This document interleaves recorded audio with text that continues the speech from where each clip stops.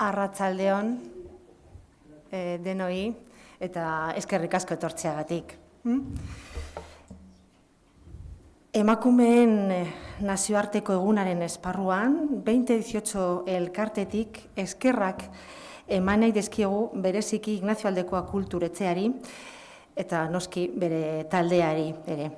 Bigarren urtez jarraian, 4 hitzaldiko martxoan berdintasunean, marzo en femenino ziklo hau egiteko aukera emateagatik.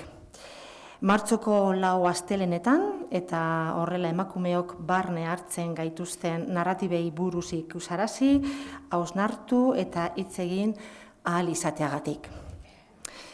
Decía Arratsaldeon denoi, y como el marco del Día Internacional de las Mujeres, el 8 de marzo, el 8M, queríamos agradecer especialmente desde la Asociación 2018 a la Casa de Cultura Ignacio Aldekoa y en especial también a su equipo, por darnos efectivamente la posibilidad por segundo año consecutivo de celebrar este ciclo de marzo en femenino, martxoan berdintasunean. Como sabéis, son 4 charlas durante 4 lunes de marzo y de esta manera pues, visibilizar, reflexionar y dialogar sobre narrativas que nos incluyan a las mujeres. Precisamente, no sé si habéis visto la gala de los Goya ayer, pero Lauda, efectivamente, Parcatu, dijo una frase muy interesante. El talento no entiende de género. Sin embargo, las oportunidades históricas sí entienden o han entendido de género, eso lo sabemos. Entonces, bueno, es una frase de Lauda que lo dijo precisamente ayer. Entonces, por eso hacemos este ciclo de charlas en marzo. Como decía, no solamente nos reunimos para conmemorar esta fecha, que es muy significativa, sino que, como decía, para reflexionar, dialogar y cuestionar las narrativas que han dado forma a nuestra comprensión del pasado y de nuestro patrimonio cultural. Este ciclo de 4 charlas propone precisamente eso, recuperar, visibilizar, resignificar la memoria femenina dentro de la historia y del patrimonio. Durante mucho tiempo las mujeres han sido relegadas a los márgenes de los relatos oficiales. Sus experiencias, sus saberes, sus producciones, sus acciones y forma de habitar el mundo han quedado en muchos casos invisibilizadas o subrepresentadas en cuanto a imágenes. Por eso, efectivamente, vamos a hacer en este ciclo de marzo en femenino, de martxoa berdintasunean, 4 charlas diferentes. Hoy tenemos a Belén Vázquez, que nos va a hablar sobre mujeres vasconas en la Córdoba califal. Luego tendremos, el día 9 no tenemos, el lunes día 9 no tendremos charla, pero el día 16, sin embargo, sí. Y esta será en euskera y será Emakumeak bando gerretan. Estará una compañera, Yanire Castrillo, para esta conferencia. Al siguiente lunes, pues estaré yo, con Leonor de Aquitania, reina y estratega. Y para terminar el ciclo, el día 30 lunes, estará José Rodríguez, un compañero, y nos hablará de Emakumeak herriaro eta modernoko hornikutzan. Entonces, esas van a ser las 4 charlas, las 4 conferencias que de alguna manera van a ser, nos van a permitir lo que he comentado, reflexionar y valorar un poquito cómo están las narrativas y por dónde nos estamos moviendo. Hoy precisamente hemos estado hablando al principio, tomando un café, una infusión, y comentábamos un poco, bueno, pues que es necesaria la formación también en las propias personas que nos dedicamos a estos temas, porque hay que saber hacer las preguntas necesarias para poder tener las respuestas también que necesitamos, ¿no? Evidentemente, está en ello, en cualquier caso se está avanzando también mucho, pero hay que seguir avanzando. Entonces, bueno, estamos en ello. Muchas gracias por venir y compartir este ratito con nosotros y nosotras. Eskerrik asko. Ahora una compañera, Teresa, va a presentar a Belén. Bueno, eskerrik asko, nire aldetik ere, orain Belen aurkestea dagokit, baina nire aldetik ere berriz ere eskertzea Ignacio Aldekoa taldeari, aukera hau izateagatik, bigarren urtean jarraian, eta guretzat da plazer hutsa, hau antolatzea, eta nola ez zuei etortzeagatik, hau bai dela plazer hutsa ikustea gela hau iaia beteta, eta benetan eskerrik asko, kontuan hartuta gaia eta abar, benetan da, txalotzeko modukoa, zuei be bai. Pizka bat aurkezteko Belén Vázquez Navajas, bera arkeologian doktorea da, eta Andaluzeko historiaren eta arkeologian aditua. Bere ibilbidea ikertzailea batez ere testu inguru islamiarren ur sisteman, hirigintzaren eta espazioaren antolakuntzan, azterketan oinarritzen da. Eta, Kordoban Unibertsitatean doktoratu zen, eta, bere hainbat ikerketa lanetan ibili da, bebai, disiplin arteko hainbat proiektuan parte hartu du, eta lan egiten du arkeologian, ondarean eta divulgazioan batez ere. Comentaba que Belén es Belén Vázquez Navajas, es doctora en arqueología y especialista en historia y arqueología de Al-Ándalus, como bien vais a ver, porque aunque su trayectoria investigadora se centró especialmente en los sistemas hidráulicos, el urbanismo, la organización y el espacio en contextos islámicos, un tema realmente interesante, sobre todo lo que era la gestión del agua en la Córdoba omeya. Aparte de esto, siempre ha investigado el paisaje urbano, la articulación social en época islámica y ha participado en muchísimos proyectos interdisciplinares y en cantidad de trabajos científicos. Últimamente está trabajando tanto en arqueología como en divulgación y en socialización patrimonial, realizando visitas y viajes específicos, y también participa en un grupo muy interesante, que yo creo que es uno de los grupos que mejor trabaja de arqueología a nivel peninsular, que es desde Córdoba, que es Arqueología Somos Todos, que en su momento, en 2011, cuando aparecieron, fueron una referencia y siguen siéndolo. Y sobre todo porque trabajan con diferentes actividades divulgativas para todos los públicos, y es una iniciativa realmente interesante y pionera en la transferencia del conocimiento en la arqueología y en la historia, ¿no? Y de historia. Y como comentaba, agradeceros a todas y a todos los que habéis venido, porque realmente es un placer ver la sala así de llena. Belén nos va a deleitar con el tema de, esto que quede entre nosotros, un pequeño cotilleo, dos andaluzas que estábamos aquí, que llevamos bastante tiempo diciendo que había que sacar este tema, que había que hablar de este tema, y ahora tenemos aquí, podemos hablar de nuestra cultura islámica, pero con la presencia de mujeres vasconas. Venga. ¿Ya se oye? Vale. Bueno, eskerrik asko, arratsaldeon, y hasta ahí puedo decir en euskera, lo siento mucho, llevo varios años viviendo aquí, es mi asignatura pendiente, pero algún día a lo mejor estoy aquí enfrentándome desde otra lengua a la historia y a la arqueología. Muchísimas gracias a la Casa de la Cultura, Ignacio Aldecoa, y también a la Asociación 2018 por haber querido que yo esté hoy aquí y participe. Yo diría que no estoy nerviosa, estoy súper emocionada, porque yo soy justo lo contrario al título. Es decir, yo soy una cordobesa en tierras vasconas, justamente lo contrario, porque voy a hablar de mujeres vasconas que fueron a la Córdoba omeya. Realmente, las mujeres vasconas en la Córdoba califal es el punto al que vamos a llegar cuando termine esta conferencia. Esta conferencia va a empezar mucho antes, en el tiempo, en el espacio. pero es que es imposible entender cómo llegan estas mujeres a la Córdoba del siglo X, a la super Córdoba del siglo X. No lo digo porque sea cordobesa, lo dicen las fuentes, lo dicen muchos compañeros y compañeras que hablan sobre Al-Ándalus. Es así, es un superestado en la Europa occidental de la Edad Media.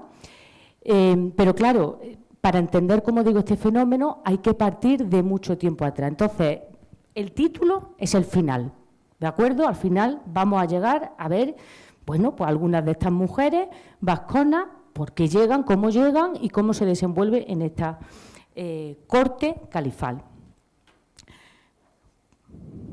Bueno, pues lo primero, hay que ubicarse en el marco cronológico, espacial, geográfico. Realmente, bueno, yo traigo varios mapas, pero realmente es muy difícil encontrar un mapa que resuma un momento concreto de la historia. Hay muchas versiones, es que hay muchas formas de ver la historia. Entonces, según la persona que haya hecho estos mapas, pues verá la realidad de una forma u otra. Entonces, yo he hecho una selección más o menos decente para que se pueda entender qué es lo que ocurre antes de Al-Ándalus, que es el marco en el que nos vamos a mover. Nos vamos a situar en el siglo VIII, a comienzos del siglo VIII. ¿Qué es lo que ocurre en la península ibérica? Bueno, la península ibérica siempre ha sido una tierra de acogida. Han pasado muchísimas civilizaciones, muchísimas culturas. ¿Qué es lo que hay en el siglo VIII? Estamos en el reino visigodo, pero un reino visigodo que está mermado, que está pasando por un momento muy delicado. En concreto, años 711, 710, ha ocurrido un acontecimiento y es que el antiguo rey visigodo, Pitiza, ha fallecido. No sabemos cómo, no sabemos qué le ha pasado, si la han envenenado, si ha muerto de forma natural, en combate, no se sabe. Pero el caso es que marca un antes y un después, porque hay partidarios de seguir, digamos, el linaje de Pitiza, mientras que otras personas están a favor de otro rey que es Rodrigo o Don Rodrigo, que finalmente es el vencedor y el que va a liderar el reino visigodo. Pero ya vemos que está completamente fragmentado, ¿no? Hay una parte que sigue apoyando a los supuestos herederos de Pitiza y hay otra que apoya a Rodrigo. Por cierto, ambos, si no me equivoco, son de origen cordobés. Pero bueno, esto es una cosa secundaria. Córdoba era una ciudad muy importante desde el periodo romano y bueno, pues es normal que siempre estuviera en ese entorno, ¿no?, de estas grandes familias. ¿Por qué cuento todo esto? Porque esta situación es la que va a propiciar que lleguen las tropas musulmanas en el año 711 a la península ibérica. ¿Y por qué llegan? Bueno, llegan en el 711 porque ven una oportunidad. Por una parte son llamados, ahora contaré y desarrollaré un poquito más, pero ven una oportunidad. Hay otro personaje, que no es ni Pitiza ni Rodrigo, que es un tal, nos dicen las fuentes, que se llama Don Julián o Urbano. Es un gobernador que está en Ceuta. Septa, la antigua Septa, la actual Ceuta. Y este gobernador, bueno, pues tiene un problema a través de una hija, nos cuentan las fuentes, ya no sabemos qué es leyenda, qué es realidad, pero al parecer Rodrigo o parte de su entorno abusa de su hija y esto hace que él quiera que Rodrigo caiga. Por eso se pone de la mano de, pues todo un contingente que venía de Damasco. Y ahí es donde vamos ya a entrar en la historia de Al-Ándalus. Ahora la detallo un poquito más. La cuestión es que él les va a dar la mano a estas tropas para que puedan...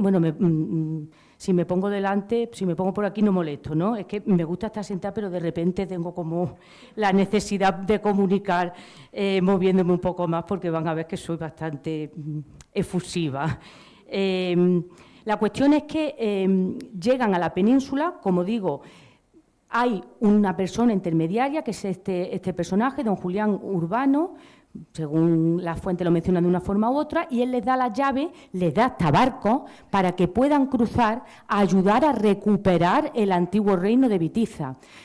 Esto, además, le pilla a ese personaje que ya era rey, don Rodrigo, ¿dónde? Pues nos dicen las crónicas y las fuentes que estaba en el norte, que estaba luchando frente a los vascones, y así vienen las fuentes.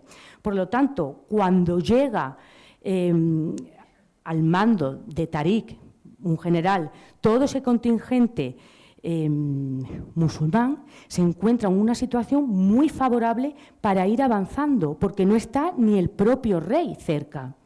Además, tenemos que tener en cuenta que ese estado visigodo estaba muy mermado y que el estado visigodo no tiene un ejército, un superejército. Lo que tiene son diferentes aliados, diferentes nobles, a los obispos también, a los que puede llamar para que sus propios ejércitos vayan a luchar a favor de Rodrigo, a favor de Bitiza, quien los llamara. ¿Esto qué quiere decir? Que se pueden negar y no ir. Y muchos no fueron a la llamada. Pensaban que era simplemente, bueno, pues incursiones de estas tropas musulmanas. Lo habían hecho otras veces, no era la primera vez. Era muy habitual que hubiera pequeñas incursiones para saquear determinadas ciudades. Y de hecho, los musulmanes, cuando llegan aquí a la península, venían un poco con esa intención. Bueno, pues yo ayudo a este personaje, a don Julián, bueno, arrasamos algunas ciudades y nos volvemos. Pero claro, cuando llegaron, vieron un mundo de posibilidades, vieron un estado fragmentado, vieron que poco a poco iban avanzando, llamaron a los pocos meses a que llegaran más tropas. Aquí se puede hacer algo. Y de repente, en cuestión de 6, 7, 8 años, el mapa había cambiado por completo. Surge Al-Ándalus. Una forma rapidísima, en apenas, pues como digo, 6, 7, 8 años, conquistan prácticamente toda la península ibérica, menos la zona del norte, que queda un poco indefinida. Como digo, hay muchos tipos de mapas y de planos. Sí sabemos que en el norte hay ciertos refugios, digamos, de esta antigua población de sustrato tardorromano, porque eso es lo que vienen siendo los visigodos, pero la cuestión es que cambia por completo ese mapa. Y en el 716, Córdoba ya elegida la capital de Al-Ándalus. Y lo fue durante 3 siglos. Pero estas tropas musulmanas que llegan, ¿quiénes son? ¿De dónde vienen? ¿Habrán surgido de algún sitio? La historia todavía hay que remontarse más atrás y hay que remontarse a la península arábiga. Aquí, bueno, sabemos que a la muerte de Mahoma, en el año 632, surge el Islam, se expande de una forma rapidísima. Hay una serie de primeros califas, pero luego ya se va a instaurar el primer gran califato, que es el califato omeya, y conquistan los territorios tanto de Oriente como del norte de África de una forma muy rápida. Por eso, en el entorno de ese año que he dicho antes, 710, 711, aquí en el norte de África, ya había tropas musulmanas. Les dan la oportunidad de cruzar el estrecho y contra todo pronóstico, porque yo creo que esto no estaba en la mente de ningún gobernante de esta dinastía, llegan a la península ibérica y la conquistan. Y este es el resultado. Pero Al-Ándalus, yo creo que es uno de los conceptos más difíciles de describir. Es complejísimo decir lo que es Al-Ándalus. De forma hiperresumida, es el nombre que estas personas, los musulmanes, le dan a la península ibérica bajo su gobierno, bajo los gobiernos de diferentes dinastías musulmanas, de forma muy sencilla. Pero, en realidad, Al-Ándalus, las fronteras de Al-Ándalus cambian a lo largo de los años.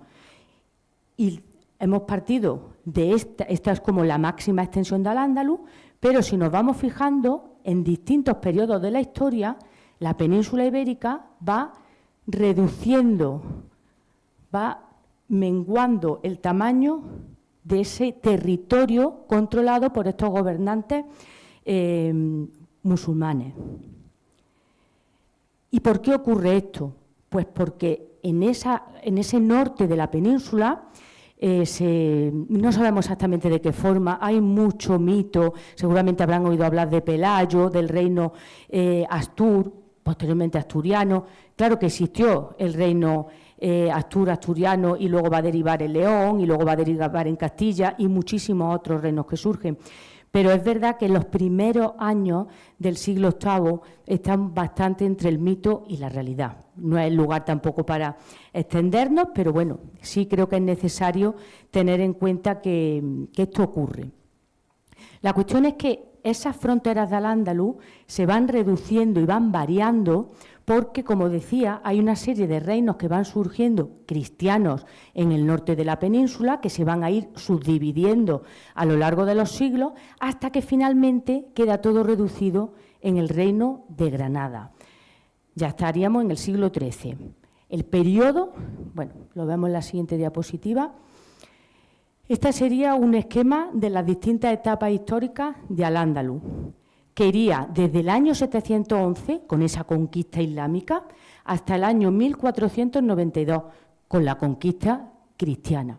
Pero entre medias se puede ver todo lo que ocurre, y esto está de forma resumida, porque podría haber puesto muchísimas más etiquetas y muchísimas más flechas.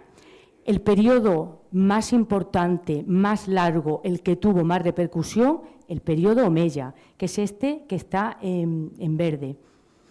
Y en concreto, lo que está dentro del recuadro. Cuando los omeyas, que es esa dinastía que venía de la península arábiga, llegan a la península ibérica, durante unas décadas forman un emirato que depende de Damasco, es decir, que depende de la capital de la dinastía omeya de Oriente. Pero en el año 756 ocurre algo que cambia por completo la historia. Esta familia, la omeya, hay una masacre enorme y matan a toda la familia, los abasíes, una nueva dinastía que llega al poder. Pero hay un superviviente, Abderramán.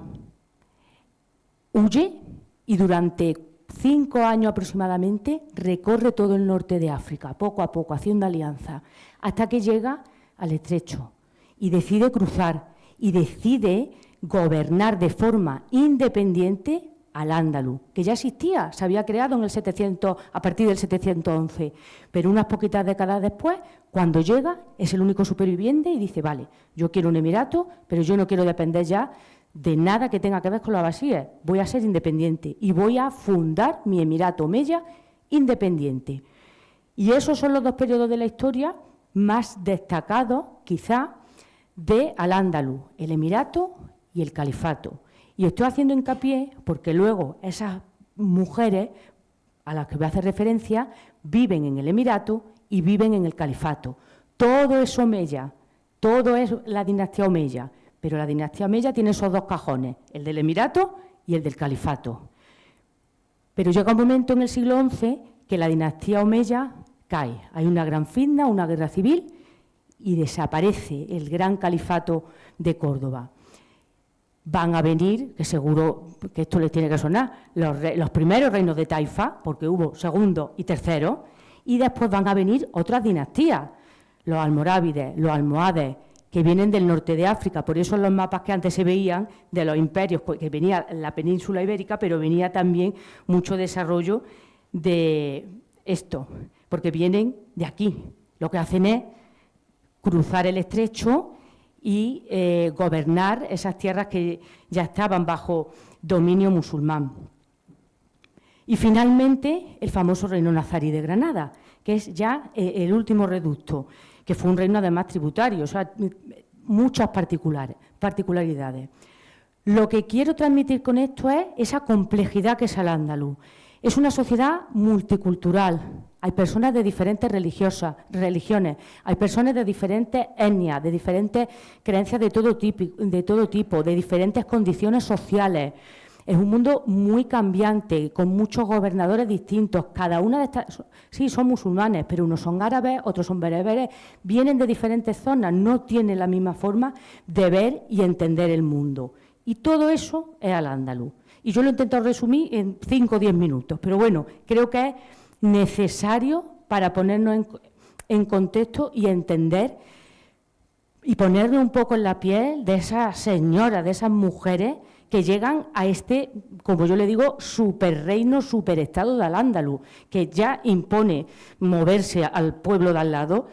De repente llegar a ese nuevo estado, que a lo mejor no hablaban el idioma, que a lo mejor no entendían sus normas, que tenían otra religión, tuvo que ser un shock auténtico. Y esta es Córdoba. No sé si hay mucha gente aquí que haya estado, si no, a lo mejor esto es la motivación que estaban buscando para el próximo... En verano no, pero bueno, se puede esperar a septiembre, octubre, pero ya la temporada casi que se termina ya mismo. Pero bueno, siempre se puede buscar ocasión. Esta es una imagen de la Córdoba actual con su edificio más representativo, que es la Gran Mezquita Catedral. Ahora mismo es una catedral, pero la seguimos llamando Mezquita Catedral porque arquitectónicamente el 90% del edificio sigue respondiendo a su función primitiva, que es la Mezquita Aljama, la mezquita congregacional, la mezquita de los viernes, la mezquita más importante de Al-Ándalus, o al menos del Al-Ándalus omeya.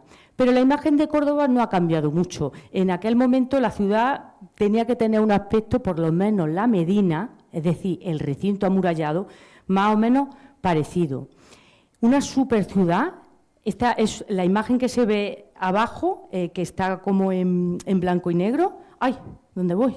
La imagen que está abajo en blanco y negro es una imagen de la Córdoba actual, todos estos planos de aquí.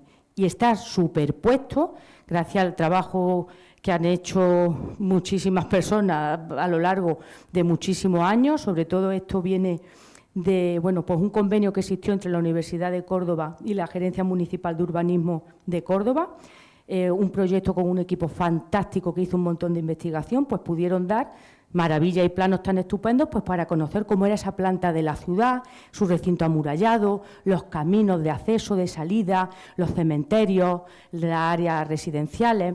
Y yo quiero hacer hincapié en las manchas naranjas. ¿Ven las manchas naranjas, no? Esta es la Córdoba Miral, ese primer periodo de la etapa omeya, cuando ha llegado a Derramán I, se ha proclamado autosuficiente, independiente de Damasco, y este es el aspecto que tiene, una ciudad amurallada, herencia romana, y empiezan a generarse arrabales, barrios suburbanos alrededor de la ciudad. Pero cuando llegamos al califato, en el siglo X, la ciudad sufre un boom urbanístico, y todas esas manchitas naranjas casi que superan en extensión a la manchita verde, que era el recinto amurallado. ¿Esto por qué ocurre? Córdoba en el siglo X sufre una gran transformación desde muchos puntos de vista. Estamos en un emirato. Un emirato está liderado por un emir. Un emir es la cabeza política, administrativa de ese estado. El califa es lo mismo, pero también es el líder religioso. En el mundo islámico no puede haber dos califas porque es como si hubiera dos papas en el mundo cristiano, ¿no? Hay un papa y luego hay, pues hay diferentes reyes. Pero luego tenemos, por ejemplo, la monarquía inglesa, ¿no? Que en una única figura están representados todos esos poderes. Pues eso un poco, para facilitar la comprensión, aunque hay muchísimas diferencias y matices, la diferencia entre un emir y un califa.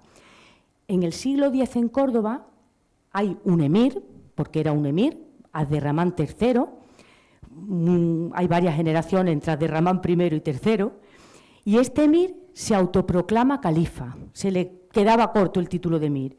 Eso va a hacer que Córdoba tenga todavía muchísima más importancia, atraiga a población de muchísimos sitios, y por eso la capital de Al-Ándalus se expande, es una super ciudad. Y en esta ciudad, tanto en la Miral, pero sobre todo en la Califal, es en la que van a vivir estas mujeres vasconas y muchísimas otras mujeres, por supuesto. Una ciudad en la que no me voy a detener, pero mi vena arqueológica me ha hecho poner una pequeña imagen, porque Córdoba verdaderamente es una joya patrimonial en la que se ha investigado muchísimas extensiones enormes de barrios, en las que hemos podido ver el urbanismo. Yo la llamo la pequeña Pompeya, porque yo he tenido la oportunidad de estar en esos barrios y es verdad que no tienen los alzados, pero no tuvieron muchas superposiciones posteriores y verdaderamente es que se podía andar por calles, por casas, ver baños, ver mezquitas. no me voy a entrar en detalles, pero se veía en las calles, en las casas, hay muchísima información de Córdoba que lo que nos está poniendo en relieve es la verdadera importancia de esta ciudad y de Al-Ándalus. Pero ocurre otra cosa más en el siglo X. Ya hemos dicho que Córdoba, Madinat Cúrtuba, que era el nombre que tenía la ciudad en este momento, es una ciudad, la capital, la ciudad más importante. Esa ciudad, pues que estaba compuesta por la Medina y por una serie de arrabales alrededor. Una ciudad que se ubica además en un sitio perfecto, que tiene un origen antiquísimo. Córdoba tiene más de 5.000 años de historia, a los pies de Sierra Morena, al borde del Guadalquivir. Pero claro, el califa cuando llega al poder necesita su ciudad palatina, la ciudad que le represente. Córdoba está muy bien, pero yo necesito que este nuevo poder, que este nuevo escalón que yo he subido, se materialice en un edificio a lo grande, en una ciudad palatina. Y por eso, entre los años, él sube al poder en el 929. Y entre el 936 y 941 manda a construir la ciudad de Madinat al-Sahara, Medina Zahara, que si no han ido y van a Córdoba, también les recomiendo que vayan. Está excavado un día un 15, por cierto, nada más, pero es también una maravilla. Luego entenderán por qué le hago esta relación. La distancia entre un punto y otro, 8 o 9 kilómetros, está relativamente cerca, pero es otra ciudad, la ciudad del califa. Y ahí vivieron 2 califas importantísimos de Córdoba. Bueno, pues toda esta introducción para ya meternos y adentrarnos de verdad en esa corte en la que van a vivir esas mujeres vasconas y otras muchas mujeres. Pero creo que es importante conocer todo ese concepto y todo ese fenómeno para que sepamos de verdad dónde están viviendo. Es que es algo que tenía que impresionar muchísimo, tanto si se vivía desde dentro, desde que se nacía, sobre todo si se venía de fuera. Las fuentes escritas nos hablan muchísimo de las embajadas que llegaban a Córdoba, de esas sensaciones, de todo el protocolo que tenían que pasar hasta que por fin podían llegar a ver al emir o al califa. Era algo orquestado con una pompa enorme, entraba todo dentro de lo mismo. Pues en esta Córdoba, ¿qué características tiene pues esta corte omeya, ¿no? ¿En qué mundo se van a mover estas mujeres vasconas? Tanto en época emiral como en época califal. Bueno, pues la corte omeya de Córdoba, insisto de Córdoba, porque ya esa de Damasco ya no existe, solamente está instalada en la península ibérica. Lo primero que tenemos que entender, bueno, y vaya por delante, esto, yo me dedico al Al-Ándalus y durante buena parte de mi carrera investigadora me he dedicado al Al-Ándalus, pero yo soy arqueóloga. Yo voy a la fuente material y siempre procuro contrastar las fuentes escritas, pero mi tendencia es la materia, lo que se puede coger, sin discriminar ni muchísimo menos las maravillosas fuentes escritas. ¿Esto por qué lo digo? Porque la mayor parte de la información que sobre todo de aquí en adelante voy a dar es gracias al trabajo de muchísimas otras personas y sobre todo de muchas investigadoras que están trabajando actualmente la presencia femenina en distintos espacios de Al-Ándalus. Una de las investigadoras más top que ha trabajado este tema desde las fuentes con un cariño, una paciencia y una profesionalidad enorme es, por ejemplo, Manuela Marín, Maribel Fierro, Carmen González también desde la arqueología, pero compaginándolo con las fuentes escritas, Bárbara Bolois. Solamente les digo unos cuantos nombres, muchas otras, porque creo que es de reconocer que yo he leído mucho, podré saber mucho, pero porque hay otras antes de mí que me han enseñado. Entonces, que mínimo por lo menos que dedicarles 10 segundos para reconocer esa labor. Bueno, pues volvemos a esta corte omeya, a esa familia. Lo primero de todo, es una familia real, es una familia soberana. Y bueno, pues puede parecer algo de perogrullo, sí, pero hay que tenerlo en cuenta, no es una familia normal. Sabemos cómo funcionan el resto de familias de las sociedades islámicas, pero es que esta era una familia muy especial, que se comporta como una familia pues de una monarquía absoluta, y eso marca mucho la diferencia. Es una familia árabe, es una familia musulmana, pero árabe, porque no es lo mismo. Se puede ser musulmán y árabe, y se puede ser árabe y no musulmán o musulmana. Eso hay que tenerlo claro. No son, a veces son sinónimos, pero otras no. Proceden de esa familia que nace en el entorno de la península arábiga y es una familia patriarcal.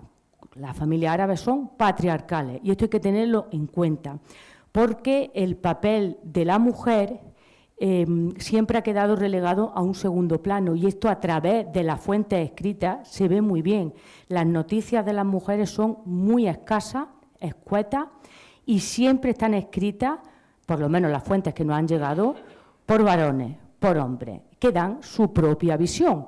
Y a veces cuando se habla de una mujer se puede hablar de muchas formas de una mujer.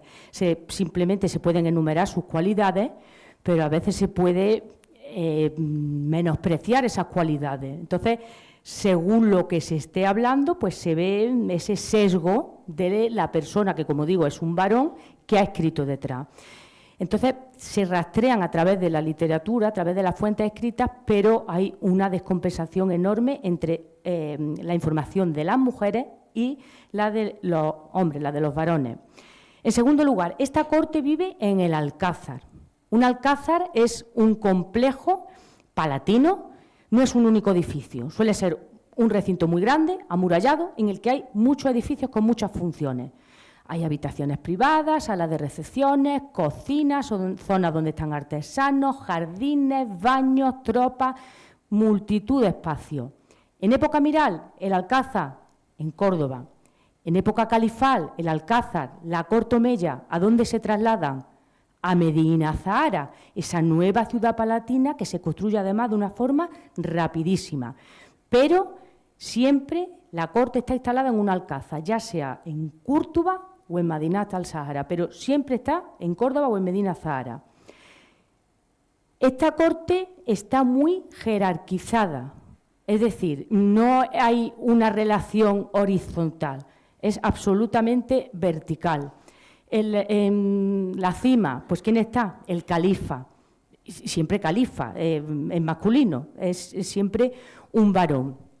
Y después estarían diferentes, un hajib o un chambelán, un primer ministro, digamos, hay una serie de visires, siempre por supuesto son hombres, y luego pues hay una serie de mujeres que tienen mucho poder y que tienen mucha presencia y más de la que quizá deberían tener, y deberían tener entre comillas, porque no se esperaba de ellas que a lo mejor participaran en la vida política o algo, pero participan y están en tertulias muy importantes, dan su opinión. Son mujeres cultísimas que tienen una educación riquísima, han recibido, la exquisitez de la exquisitez. Así que son mujeres que no están ahí de adorno en la corte, son mujeres que participan, no al mismo nivel, porque, insisto, es una sociedad patriarcal, el varón está encima, pero se mueven en esa esfera y en determinados casos acceden a estas conversaciones tan importantes de palacio. Y finalmente, pues como decía antes, hay unos protocolos muy marcados, muy rígidos, todo es muy ceremonioso, todo está marcado paso por paso, nada está dejado al azar, todo tiene un protocolo a seguir y obviamente a las mujeres pues esto les afecta. Pues bien, estamos, como digo, hemos ido de lo grande hasta llegar a lo chiquito, que es el papel de estas mujeres vasconas. ¿Qué es lo que sabemos de estas mujeres que vivían en la Córdoba omeya? Pues lo que sabemos principalmente es por las fuentes escritas. Desde la arqueología es muy difícil rastrear la presencia femenina en estos espacios, porque además todavía habría que hacer, en mi opinión al menos, un ejercicio previo para saber qué es lo materialmente femenino y qué es lo materialmente masculino, porque muchas veces no hay separación, a veces sí, y a veces la hemos entendido de forma errónea, y lo que se entiende que es femenino no era femenino, y lo que se supone que es masculino no es exclusivamente masculino. Un ejemplo. Yo estoy excavando y me aparece en una habitación un espejo y un peine. Automáticamente, ¿qué pensamos que es habitación? Pues es que aquí había una mujer, aquí se peinaba. ¿Pero por qué? Los hombres no se miran, no se peinan, pero son objetos que vinculamos directamente con el mundo femenino y otros tantos con el masculino. Entonces, desde la arqueología, y esto lo hago como autocrítica, creo que habría que hacer un ejercicio muy grande para marcar bien estos conceptos espaciales y ser muchísimo más flexibles en esos marcos que nos hemos movido durante muchísimo tiempo.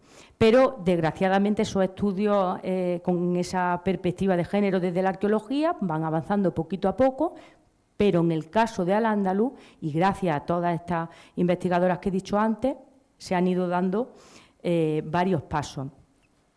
Bueno, normalmente las mujeres dentro de la corte, bueno, de cualquier corte islámica, musulmana, están en un espacio reservado que es el harén. Yo creo que el harén es un concepto muy mal entendido, porque esta imagen, por ejemplo, pues representa un harén. Pues no, esto no representa un harén, esto representa un harén visto por un artista del siglo XIX, porque siempre se ha vinculado como un espacio, digamos, bueno, pues un espacio de recreo y placer del emir o del califa, que no digo que en cierta manera no haya cabida para este tipo de escenas y de actos, sería mentira obviarlo, por supuesto. Pero un harén, por definición, es el conjunto de mujeres que están bajo el dominio, control de un varón, de un señor.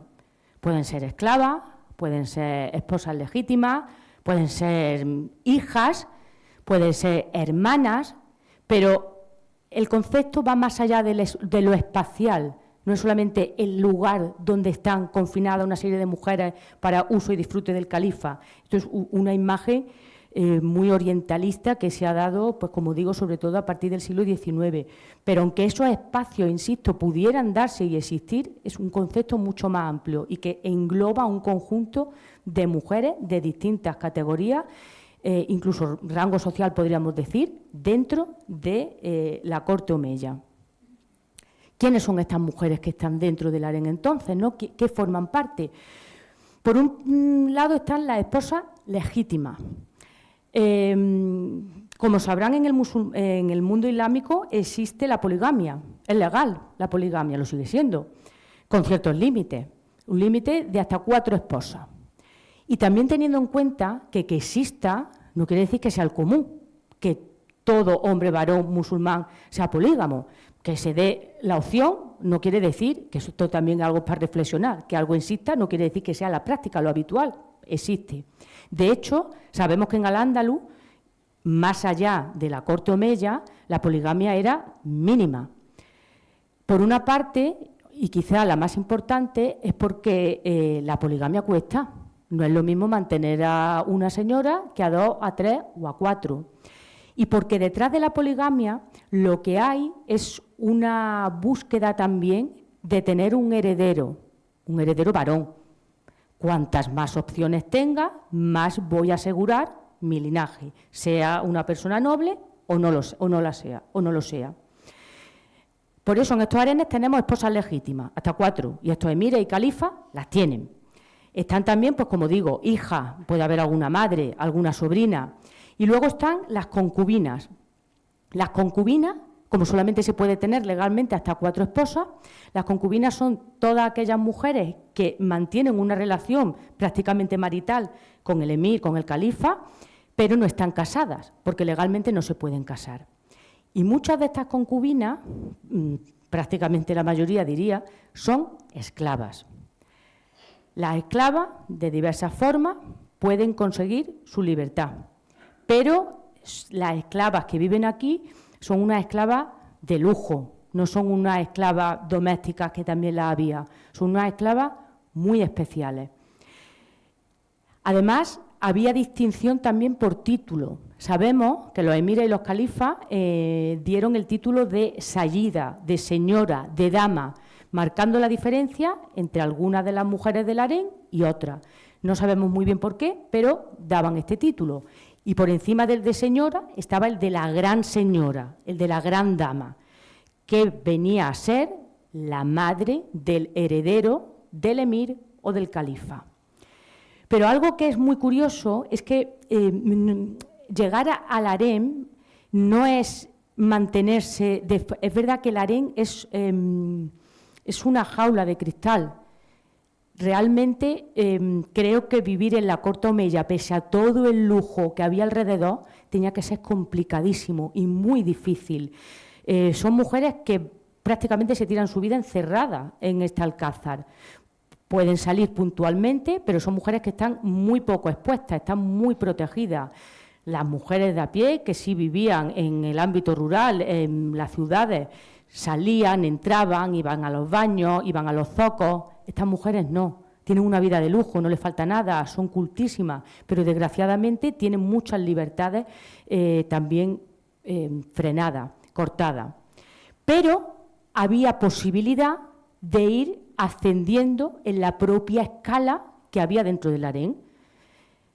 Antes he comentado que dentro de la corte omeya hay diferentes niveles y dentro del harén estas mujeres que conviven pueden también ir teniendo más tratos de favores. Y esto ocurre si entendemos tres cosas que ocurrían dentro del harén o dentro de las relaciones, digamos, maritales o no, que existen en la corte, ¿no? en el entorno del califa o del emir. En primer lugar, los omeyas no tienen matrimonio endogámico. Esto es muy común en otros califatos, incluso en el califato omeya de Damasco, es decir, el querer perpetuar el linaje. Hay reglas. No se pueden casar con su hermana, con su hija, con sus madres, con la viuda del hijo. Hay una serie de normas, pero hay otra serie de mujeres de su linaje, de su familia, con las que sí se pueden casar. ¿Qué hacen los omeyas de Córdoba? Pues ellos se creen tan autosuficientes que el propio linaje se transmite de varón a varón y da igual el papel de la madre de donde venga. Es decir, no le hace falta otra persona árabe, una mujer, para afianzar su linaje. Por eso les da igual procrear, tener hijos, hijas con otras personas, con otras mujeres que vienen de otro linaje o incluso con esclavas, que tienen a veces procedencia hasta incierta. Luego, no existe el concepto de bastardía. Esto existe en muchos reinos cristianos. Es decir, los hijos bastardos, que siempre lo ha habido y lo sabrá, no son reconocidos. Pero en el mundo islámico, en concreto en Al-Ándalus, sí lo son. Y un hijo bastardo, entendiendo bastardo que no es hijo de una esposa legítima, puede ser finalmente el emir o el próximo califa. Lo pueden elegir igualmente. Y, en tercer lugar, no tiene ninguna prevalencia el primogénito. Esto también ocurre en muchísimas monarquías europeas. El hijo varón mayor es el heredero automáticamente o para cualquier cuestión hereditaria. Aquí no. El quinto, el sexto, el octavo, eso sí, varón. Pero daba igual el número que fuera y quién fuera su madre. Era una cuestión personal, una elección que hacía el emir o el califa. Y es que, al hilo de lo que he comentado antes, en Al-Ándalus existía la esclavitud. Y antes he comentado que estas mujeres, y algunas vasconas lo son esclavas, pero en un número que no podríamos ni imaginar, muchísimas esclavas. Hay que recordar que hasta el siglo XIX, y en muchos países todavía sigue existiendo esclavitud, o sea, es algo que vemos porque es atroz, pero en el contexto de la Edad Media, desgraciadamente, no lo era. Así que era una práctica bastante habitual. Era una práctica que sobre todo sufrían mujeres y niños o niñas, porque eran las personas que estaban más disponibles. Los varones muchas veces pues morían en guerra o estaban desaparecidos o heridos, tullidos, y no era tan fácil comercializar o capturar a los hombres. Por eso mayormente son mujeres, niños y niñas. ¿Y de dónde proceden? Bueno, pues proceden de campañas militares que hacen por diferentes territorios sobre todo en el norte de la península, vascones, vasconas y muchos gallegos y gallegas. Esto es lo que nos dicen las fuentes. Los esclavos gallegos o las esclavas gallegas había muchísimos en la Córdoba califal. También sabemos que proceden de otras zonas del Mediterráneo, del este de Europa. Hay también muchas personas, se habla de los eslavos, las eslavas, y también de las rutas comerciales que había en el norte de África, porque había mercados de esclavos o de esclavas, había estos mercados. ¿Para qué se quería a un esclavo? Pues porque podían cumplir diferentes funciones. En la Córdoba Omeya había, en el ámbito burocrático y administrativo, había bastantes eunucos, eran súper considerados. De hecho, el hajib, el chambelán del segundo califa de Al-Ándalus, Jafar, era un eunuco y era la segunda persona más importante de todo el califato, no de la corte, de todo Al-Ándalus en aquel momento. Funciones militares, domésticas, agrícolas, artesanales, diversas. Pero lo que nos interesa son estas esclavas que están dentro de la corte y que cumplen también diferentes roles. Algunas de ellas estaban destinadas a servicios, digamos, artesanos, a controlar los textiles, que eran exquisitos y carísimos. Otras se encargaban de educar, otras se encargaban de entretener, porque cantaban, porque bailaban, porque recitaban. Son esclavas que están educadas para ello, o bien porque habían sido desde pequeñas capturadas o compradas y se las había educado como tal, o bien porque habían ido a la corte desde muy pequeñas y habían vivido en ese mundo. Como su finalidad era formar parte del harén del próximo emir o califa, se había incidido mucho en esa formación. Pero estas mujeres, bueno, las fuentes no nos dicen físicamente cómo eran, más allá de que eran muy bellas, no tenían apenas defectos físicos y muy inteligentes. Y comentan en algunas fuentes que al parecer las preferían de cabellos claros, de cabello rubio, pero no tenemos descripciones de cómo eran, no sabemos exactamente cómo podían ser sus cuerpos, sus peinados, no lo sabemos, pero tenían que ser mujeres bellas. Y estas mujeres tienen un papel activo en la corte, no son mujeres que estén paradas en el harén esperando que vea el emir o el califa. ¿Algunas lo podrían ser, desgraciadamente? Pues seguro que sí, pero otras muchas, sobre todo las que iban escalando en esa escala que digo, jerarquizada dentro del propio harén, conseguían formar parte de las tertulias cortesanas y eran muy valoradas porque sabían conversar, tenían un nivel de árabe altísimo, un árabe culto, sabían de historia, sabían de poesía, de métrica, dominaban mucha arte, entonces eran mujeres que se esperaba de ellas que pudieran estar a la altura de una conversación. Y por eso, aunque no lo reflejan así tal cual las fuentes, porque si lo reflejan como, bueno, ahora lo explicaré, como que no estaba bien, pero yo estoy convencida que estas mujeres tuvieron un papel importantísimo en las decisiones grandes y potentes de los emires y de los califas, y que verdaderamente contaban con sus favoritas para que le aconsejaran y le dijeran, pues esto sí, esto no, yo creo que esto es mejor, yo creo que esto es mejor dejarlo. Yo estoy convencida de que esas conversaciones se tenían que tener y que eran escuchadas, absolutamente. Porque las fuentes, de hecho, más o menos nos lo cuentan, pero nos lo cuentan de una forma, con una visión muy masculina. Porque si el califa había hecho algo era porque estaba embelesado con lo que le había dicho la favorita o porque lo había dominado directamente. Entonces, claro, es una forma de decir lo mismo que yo he dicho, pero despreciándolo. Yo lo he dicho con toda la admiración del mundo. Formaban parte de esas tertulias y su opinión contaba, valía. Pero lo que nos transmiten las fuentes es que, bueno, pues le influenció, lo cautivó, lo dominó.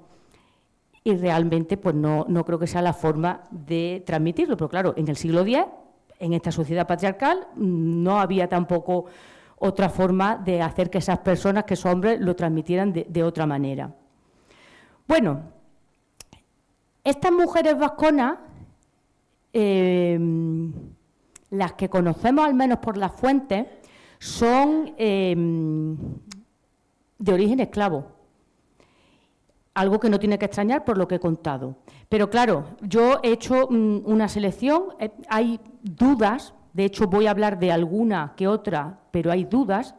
Pero, bueno, ahora veremos cuáles son esas mujeres, yo voy a hablar sobre todo de 3, pero ahora veremos cuáles son esas mujeres tan cruciales para la historia de Al-Ándalus. Pero volviendo un poco al inicio, aquí destaco esos 2 periodos importantísimos de la corte omeya, que es el emirato y el califato. Una sucesión desde Abderramán I, ese primero que llega porque había habido una masacre enorme en Damasco y llega a la península ibérica, hasta el último emir, que fue Abderramán III. Fue el último emir y fue el primer califa, porque, como he comentado antes, se autoproclama califa. Y una serie de califas que le van sucediendo después, hasta que finalmente, en el año 1031, se hace insostenible la situación, cae el califato omeya de Córdoba.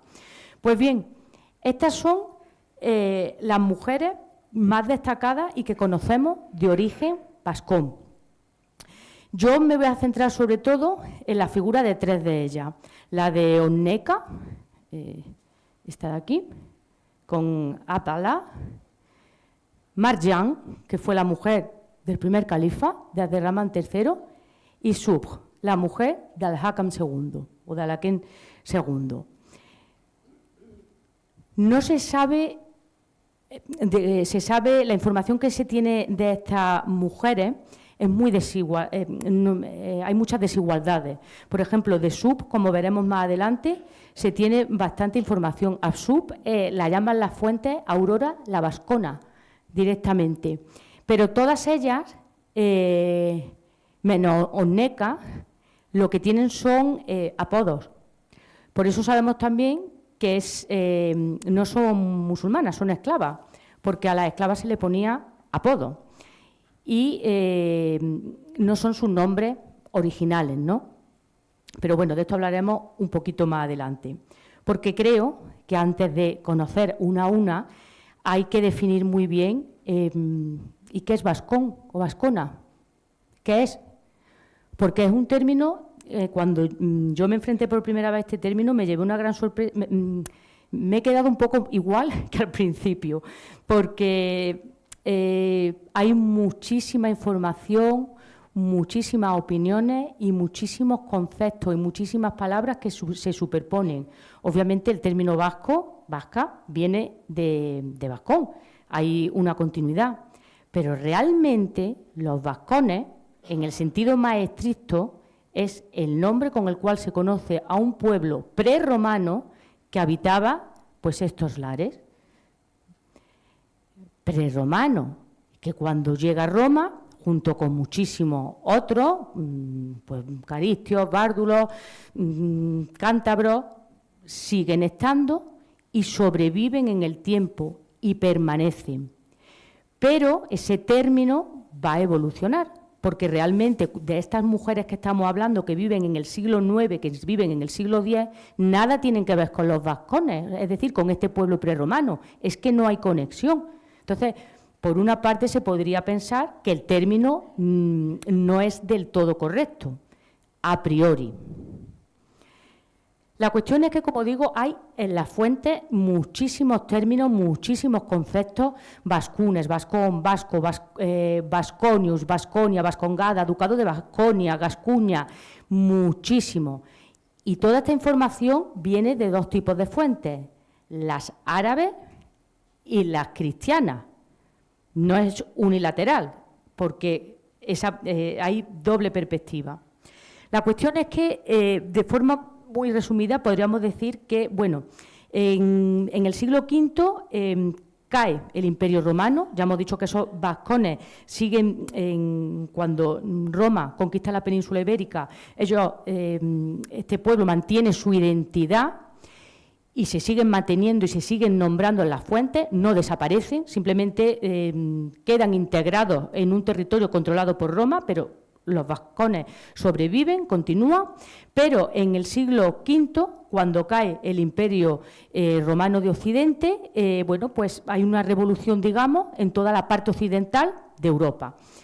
Entonces vemos cómo a la península van a llegar diferentes pueblos de origen germánico que van a pasar, porque llegan por los Pirineos, por distintas partes de los Pirineos, necesariamente van a tener que pasar por tierras que pertenecían a este pueblo vascón. Entonces, ¿qué ocurre? Bueno, pues sabemos que hay diferentes enfrentamientos y luchas de poder porque estos pueblos, en primer lugar, lo intentaron los suevos, también lo intentaron los visigodos, lo intentaron diferentes pueblos y tuvieron diferentes enfrentamientos.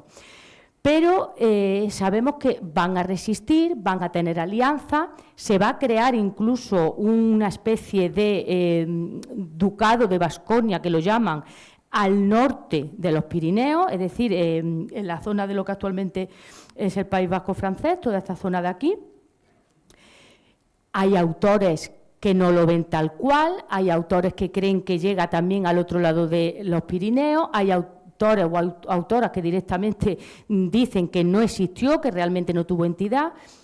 Yo no soy, desde luego, la persona más indicada para hablar de este tema, pero he leído mucho sobre el mismo y mi conclusión es que verdaderamente hace falta muchísima más revisión para definir lo mejor que se pueda este término, vascón o vascona.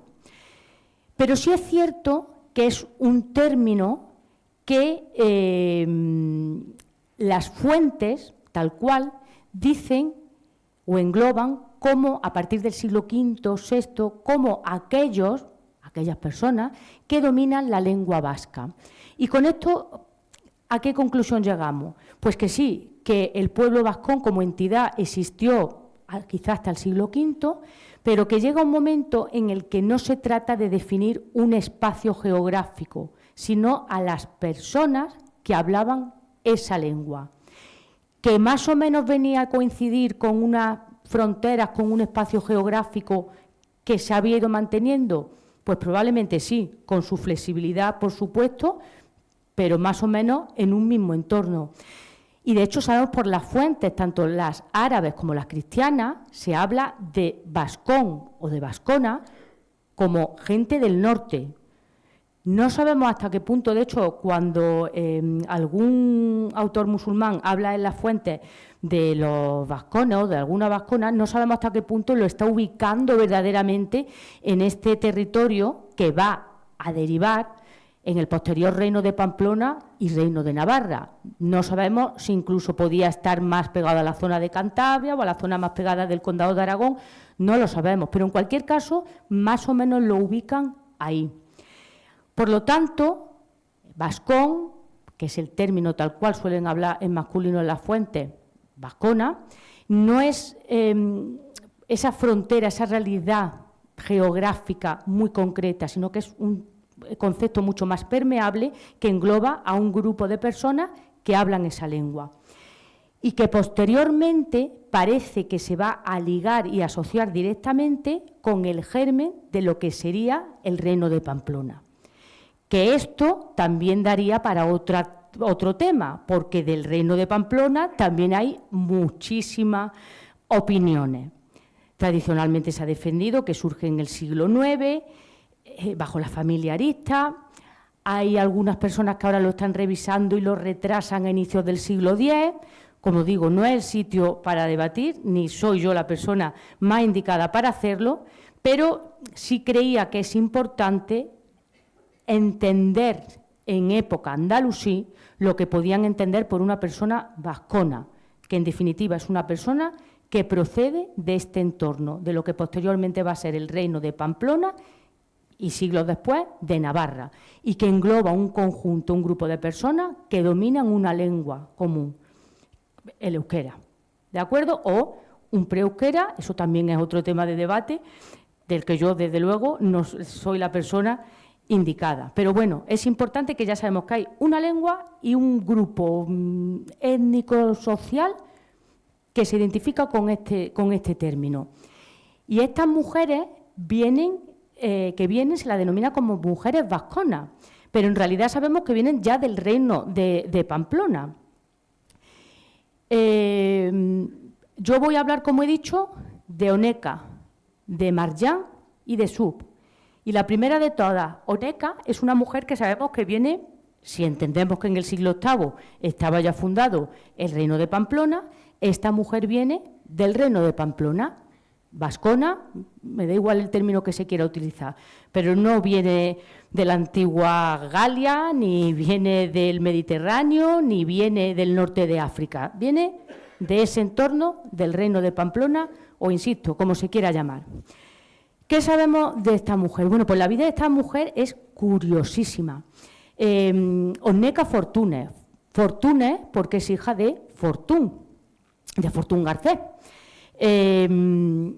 Ya saben que esa derivación de ez marca la pertenencia a la casa o al progenitor de la persona. Oneca Fortuna, de todas maneras, también es nombrada de diferentes formas, a veces Oneca Fortún directamente en las fuentes. En Al-Ándalus, como he dicho, las fronteras del norte van a variar constantemente y esas peleas que van a tener de forma constante van a mantener siempre ahí una tensión, siempre va a haber campañas hasta siglos después por intentar recuperar terrenos, por intentar restablecer los perdidos y siempre va a haber muchas luchas. De hecho, en una de estas luchas se acerca un contingente emiral al entorno del reino de Pamplona, hay un encuentro, cae Fortún Garcés y Fortún Garcés es cautivo, es preso, es llevado a la corte de Córdoba, a la corte omeya. Y sabemos por las fuentes que estuvo 20 años cautivo en Córdoba. Y no sabemos cómo su hija Oneca llegó y estuvo allí con él. Lo que no sabemos es si cuando capturaron a Fortún, capturaron también a su hija, que era una niña por aquel entonces, no sabemos muy bien qué hacían en un entorno de un campo de batalla, pero podía ser, o ella por su voluntad fue años más tarde, o fue mandada para velar por su padre o incluso hacer de intermediaria, no lo sabemos. Pero esta señora, Oneca Fortunes, aparece en esa Córdoba de mediados del siglo IX en la corte omeya, junto con su padre. Su padre fue liberado 20 años después, como digo, y acabó sus días en Pamplona, en el entorno de Pamplona. Esta mujer la apodaron Dur. Dur significa perla. Como he dicho, estas mujeres que forman parte del harén suelen tener bueno, pues ciertos apodos de cosas bonitas. Lluvia, Muzna, por ejemplo, que era otra que había salido antes, lluvia, flor, perla, en este caso. Pero esta mujer, y esto es también muy curioso, no llega a ser nombrada un walat. Un walat era un título que se le daba a las mujeres que tenían hijos del emir o del califa y que podían ser, por tanto, susceptibles de heredar, posibles herederos. Pero ella no recibió el título y probablemente no lo recibió porque era una mujer libre. Ella probablemente, aunque no nos lo dicen las fuentes, era una esposa legítima y era, y esto también es una cuestión interesantísima, cristiana. En el mundo andalusí existen los matrimonios interreligiosos. Un musulmán se puede casar con una cristiana con un musulmán, o una musulmana era poco habitual que se casara con un cristiano. Pero si el varón era musulmán y la mujer era cristiana, eran matrimonios bastante comunes. ¿Tenía obligación la mujer de convertirse al Islam? No, pero como era más práctico, lo solía hacer, porque la mujer que se casaba con un musulmán tenía que preservar una serie de cuestiones, es decir, tenía que mantener la tradición de la familia, a lo mejor no comer cerdo ni vino, tenía que mantener ese tipo de costumbres, ¿no? Entonces era al final mucho más práctico que se convirtiera. Pero pensamos que, no sabemos si Oneca se convirtió. Lo que sí sabemos es que llegó como una mujer libre, que no era una esclava, no necesitaba ese título de un galat, no lo necesitaba, era una mujer libre. Por lo tanto, no lo recibió y no sabemos si se convirtió. Y si se convirtió, luego se volvió a convertir al cristianismo. Porque esta mujer se casa con Muhammad I, antes de que sea emir. Era el heredero, el que iba a heredar el emirato, pero no era todavía emir. De hecho, las fuentes nos dicen que en un momento anterior al 888, que es cuando este personaje, Muhammad I, sube al poder, ella se va. A mí me parece esto un hecho fascinante, porque hay varios relatos en los que nos dicen que esta mujer se va, deja a su marido, deja a los hijos, a las hijas que tuviera y aparece de nuevo en el reino de Pamplona. Pero es que se vuelve a casar en el reino de Pamplona y vuelve a tener, pues que yo recuerdo al menos, 2 hijas, incluida una muy relevante, que es toda de Pamplona. Con lo cual, hay una relación, es que se me pone hasta la piel de gallina, porque es que esto es un enredo andalusí pamplonés, si se puede decir, porque hay futuros reyes y reinas de Pamplona que son hermanastros o hermanastras de futuros emires de la Córdoba califal. O sea, es que tienen una relación de parentesco. Ahora bien, esto es lo que se defienden muchas personas que han investigado el tema. Pero hay otra figura que recogen las fuentes de otra Onneca que ha hecho a otros investigadores distinguir la vida de esta Onneca que he dicho con otra. Es decir, hay una serie de fuentes que nos sitúan a 2 supuestas Onnecas que parece que no casan en el mismo periodo histórico. Y hay, bueno, pues algunas personas que consideran que no casan porque las fechas que se han recogido en esas fuentes están mal y que están hablando de la misma persona, no es que no casen las fechas, sino que es que están hablando de fechas mal dadas, por eso la historia está mal contada, pero hay personas que piensan que esas fechas son correctas porque están hablando de 2 personajes distintos y que todo esto que yo he contado no es verdad. Esta es la tendencia menos frecuente. La mayoría de las personas que han investigado la figura de Onneca consideran que es esta mujer que tuvo una vida en Córdoba, que la dejó y que volvió a los X años a Pamplona. Pues no sé si alguna vez sabremos la respuesta definitiva, pero vuelva o no, a mí ya me parece una hazaña que aparezca esta mujer que venía además de una familia importante, de una familia real, y aparezca en un emirato con unas costumbres completamente distintas, un idioma que si ella no ha habido de pequeña tuvo que aprender y dominar, unas costumbres pues muy distintas, y desde luego es una hazaña que le tuvo que costar. Esto en época emiral, pero en época califal hay otras 2 mujeres que son Marjane y Subh, que son de las que tenemos más información. Aunque Marjane no tenemos realmente mucha información de ella. Y además tengo que decir que no sabemos si realmente fue vascona, porque la historiografía ha defendido que es vascona, pero realmente en las fuentes escritas no sabemos por qué la historiografía ha reflejado algo que aparentemente no aparece en las fuentes escritas.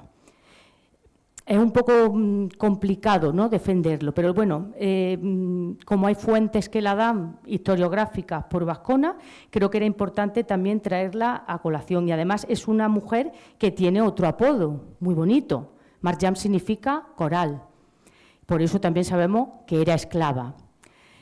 Marjane es un personaje que aparece en la corte de Córdoba, que va a acabar casándose con Abderramán III, es decir, con ese primer califa de Al-Ándalus, y es una mujer que va incluso a superar en importancia a las esposas legítimas que ya tenía.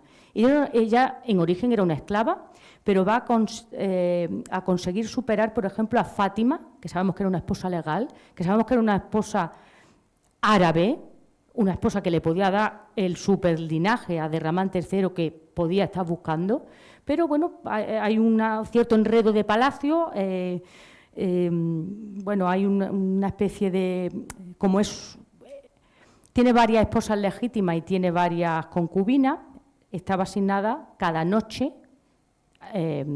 cada una de ellas tenía una noche asignada para pasarla con el califa. Y bueno, pues hay unos textos, Manuela Marín lo cuenta muy bien, hay un texto en el que se cuenta cómo bueno, pues Marján le paga a Fátima, esta esposa legítima, para que le ceda su noche.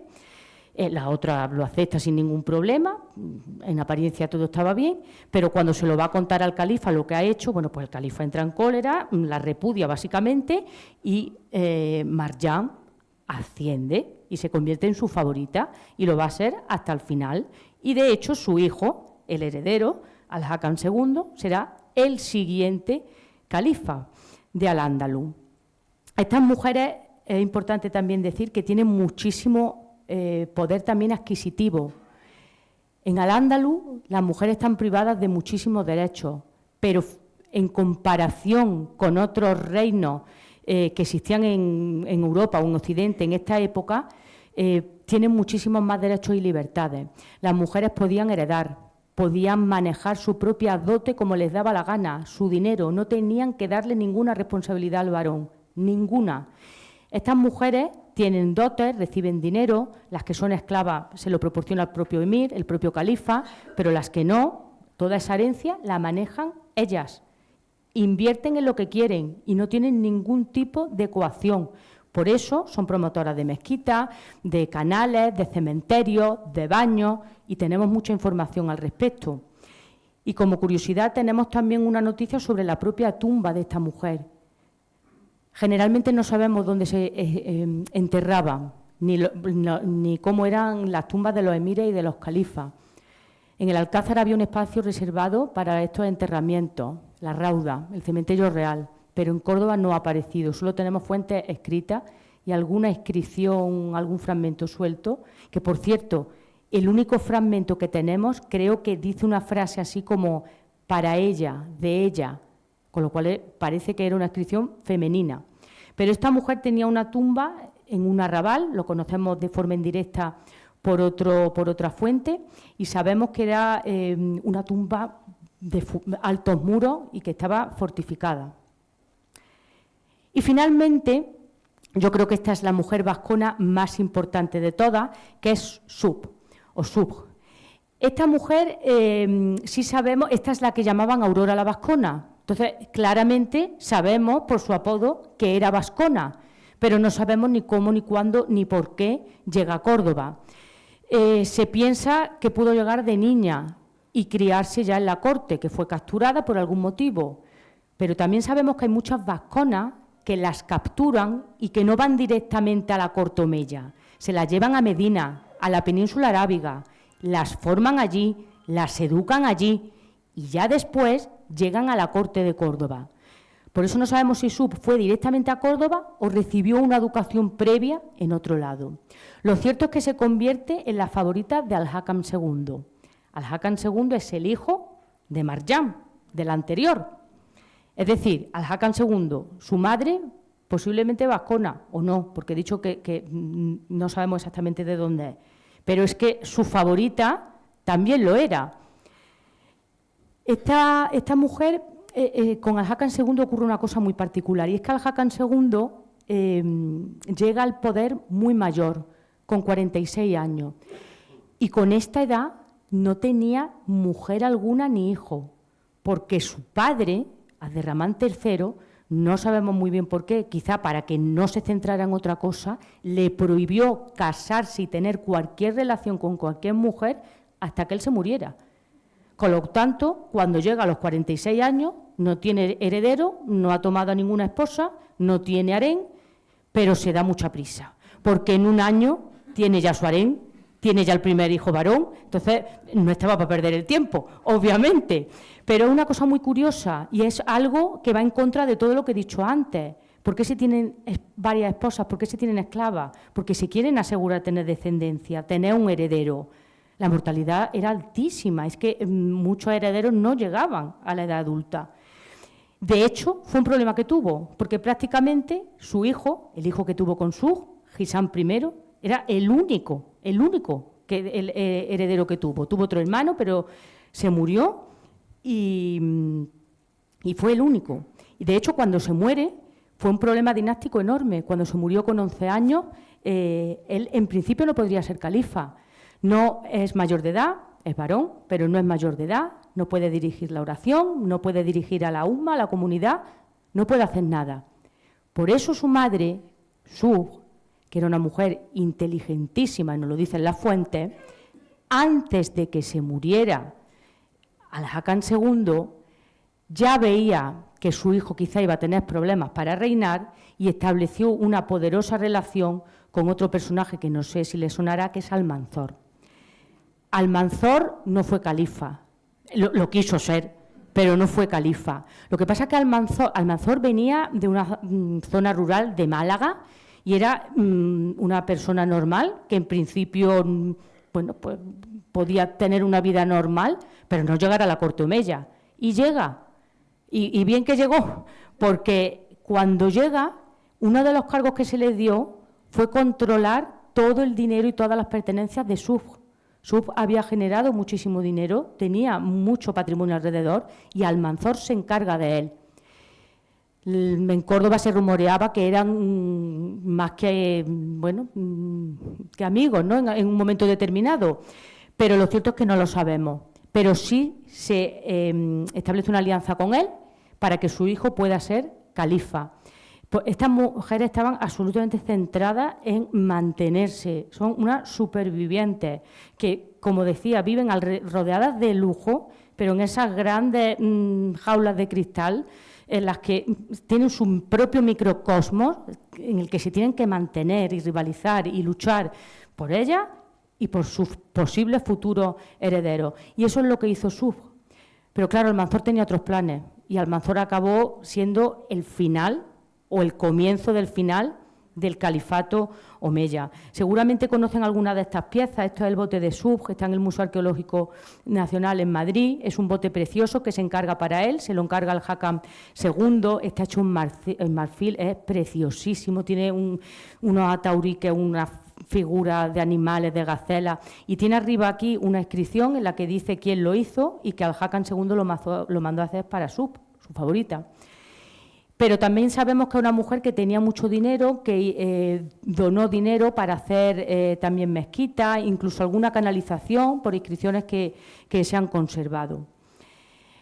En definitiva, y perdón porque yo pensaba que iba a hablar poco, pero me acabo de dar cuenta que no he parado, así que muchísimas gracias por la paciencia, pero espero que por lo menos cuando se vayan de aquí o algún día se acuerden de esta charla, que recuerden que, bueno, pues por estas tierras, por estos lares, hubo una serie de mujeres vasconas, las vamos a seguir llamando, como vienen en las fuentes, que tuvieron que ser muy valientes. Si lo eran de cuna o no, no lo sé, pero que lo fueron, estoy convencida. Se enfrentaron a un gigante, el Estado omeya, un supergigante, tanto en su cara de emirato como después en el califato. Tuvieron que sobrevivir en un mundo de lujo, que no por ser lujoso es más fácil.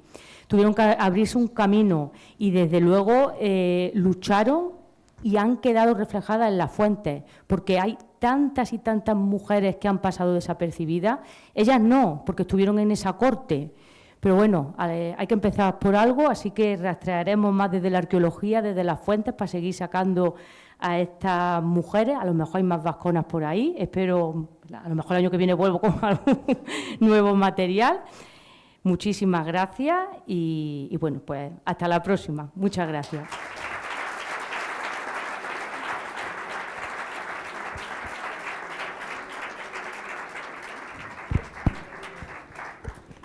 Bueno, la verdad, no sé, ¿se me oye? No.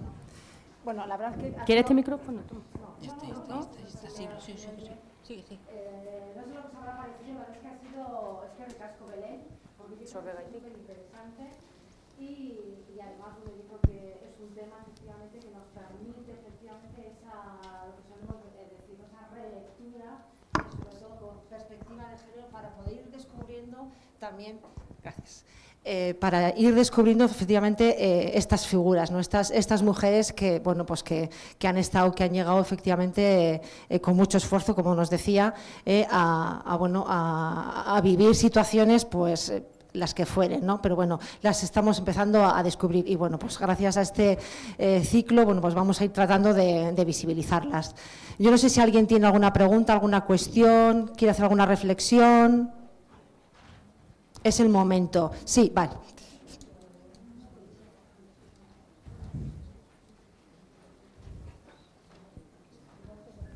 Hola, buenas noches. Me llamo Javier. Una pregunta muy rápida. ¿Hablaban las mujeres vasconas, según ha dicho usted, porque hablaban euskera? Se referían a por eso además vasconas. ¿Hablaban con los hijos en euskera? Pues yo quiero, quizá escondidas sí, porque el idioma oficial era el árabe, se esperaba de ellas que hablaban árabe, que mantuvieran las costumbres árabes.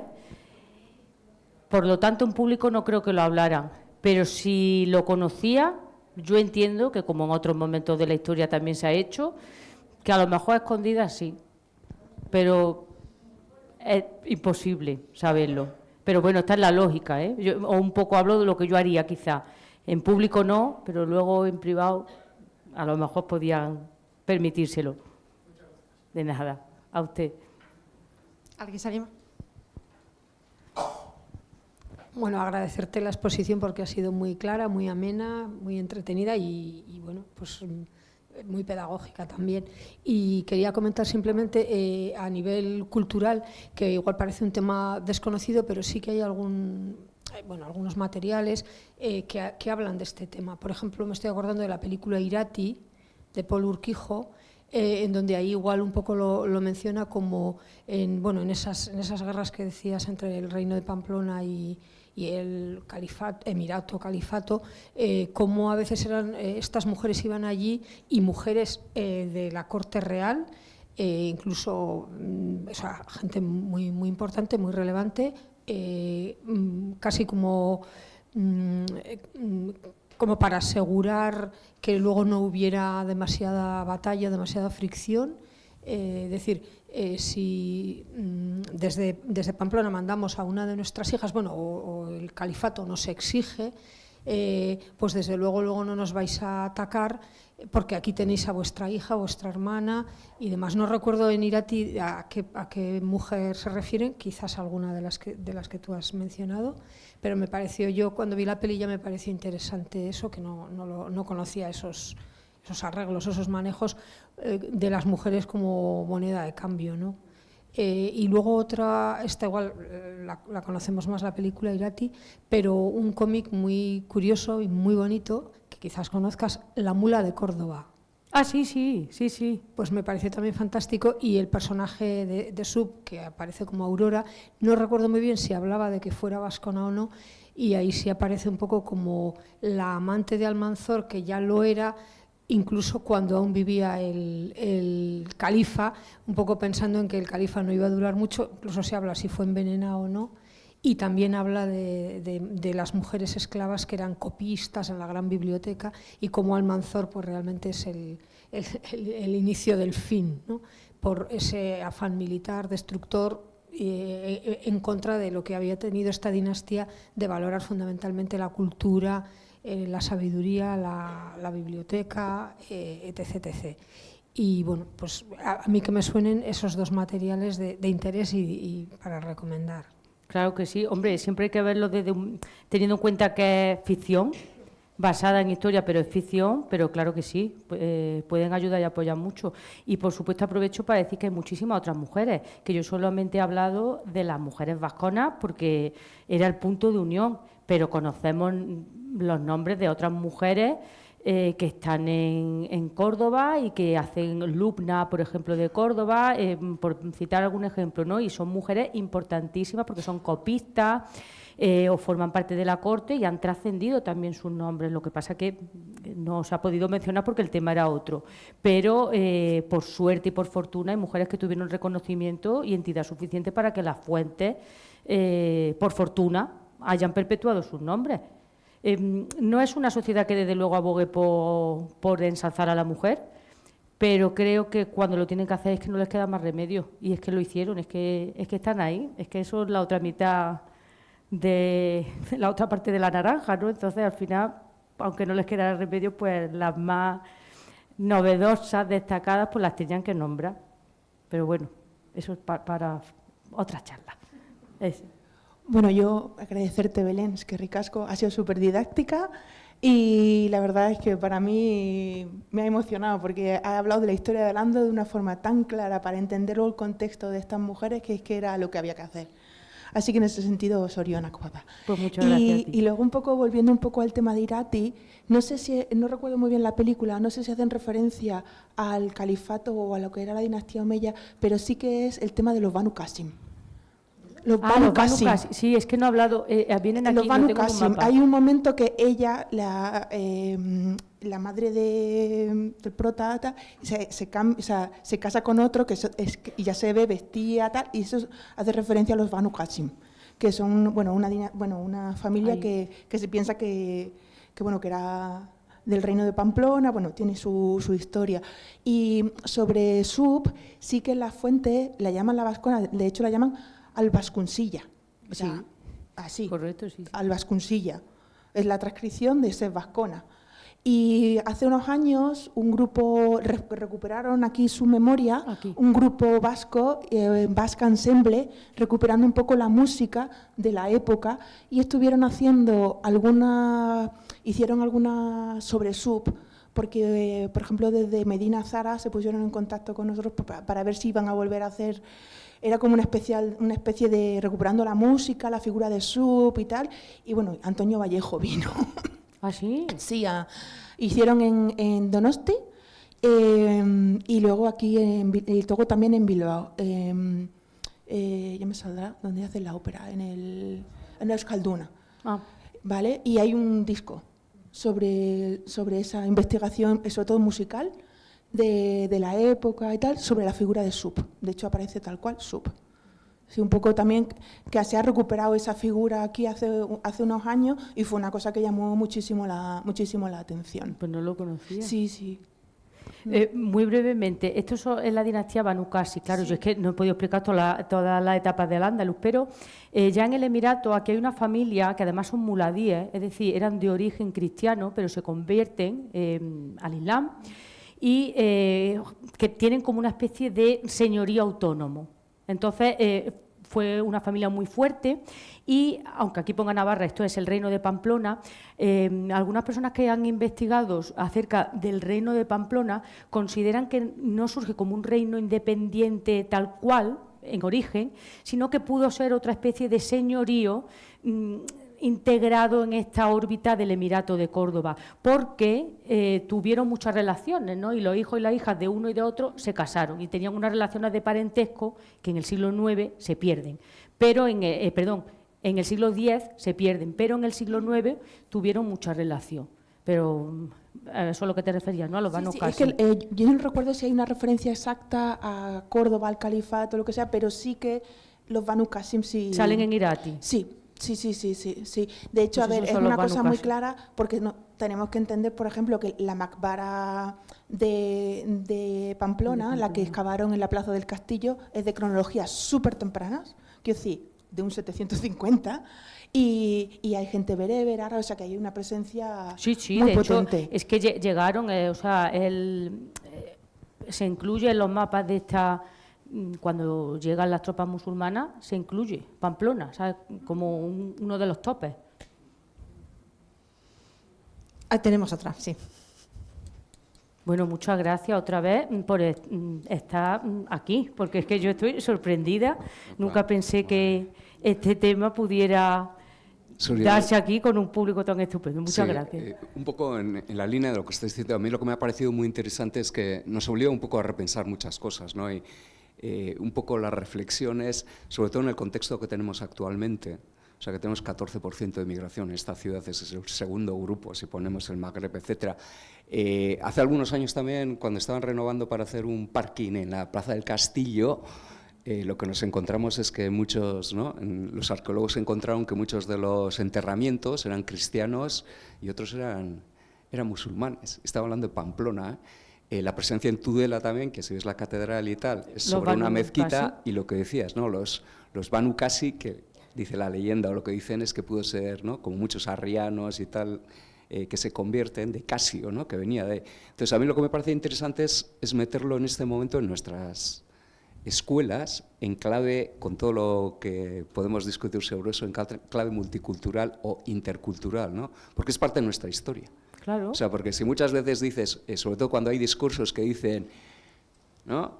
El otro, ese otro, en el euskera tenemos cantidad de palabras en árabe, todas las que empiecen por árabe, etc. Entonces, me ha gustado esto porque te da la oportunidad de decir algo que esto que has remarcado tú, ¿no? Que si hay algo que ha sido nuestra pequeña tierra esta, es un lugar de cruce y que hemos convivido desde siempre, de los romanos, desde Sertorio se puede decir, bueno, ¿qué es Baskonia? Pues podría ser igual algo romano, que es multicultural, ¿no? Entonces me ha gustado mucho esto porque podía dar ahí. Yo te animo a seguir en esa clave porque cuanto más tiras atrás, si tiramos antes del siglo XVI, te vas a encontrar que la cultura y muchos castellanos, de la élite castellana, etcétera, nobles y tal, se educaban en árabe porque era la cultura, la lengua de cultura era precisamente esta. Entonces, en estos momentos que hay otros tipos de discursos, pues aplaudo que hagas estas aportaciones y que repensemos un poco y veamos que, bueno, pues hubo incluso antepasados nuestros que decidieron ser musulmanes sin dejar de, ¿no? Y también en lo de Irati que habéis dicho, si es Oneca, además aparece en su Oneca. guardia de corps, claro, aparecen dos Oneca. tíos así y tal, ¿no?